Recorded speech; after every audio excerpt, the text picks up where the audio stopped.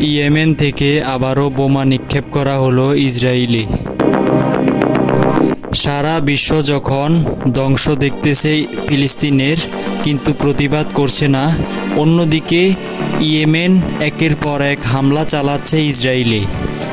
আবার হুতিরাও বসে নেই, নিজ চেষ্টায় একের পর এক ইসরায়েলি বোমা ভর্তির নৌকা ধ্বংস করছে।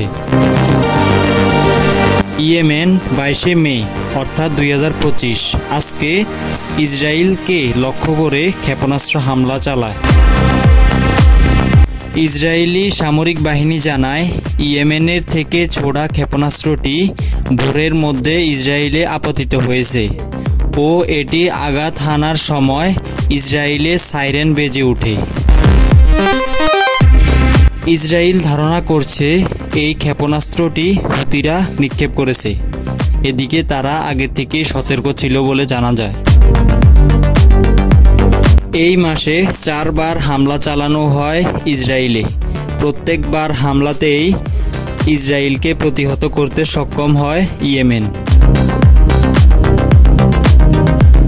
গত 4 মে ইসরায়েল বেন ওরিয়ন বিমানবন্দরে ইয়েমেন থেকে ছোড়া একটি ক্ষেপণাস্ত্র বিস্ফোরিত হয়।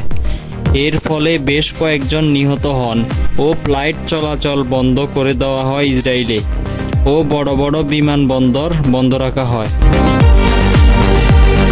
এদিকে গাজার ফিলিস্তিনিদের প্রতি সংহতি জানিয়ে তাদের সাথে ঐক্য জানিয়ে ইসরায়েলে ক্ষেপণাস্ত্র হামলা অব্যাহত রেখেছে ইয়েমেনের হুতি বিদ্রোহীরা।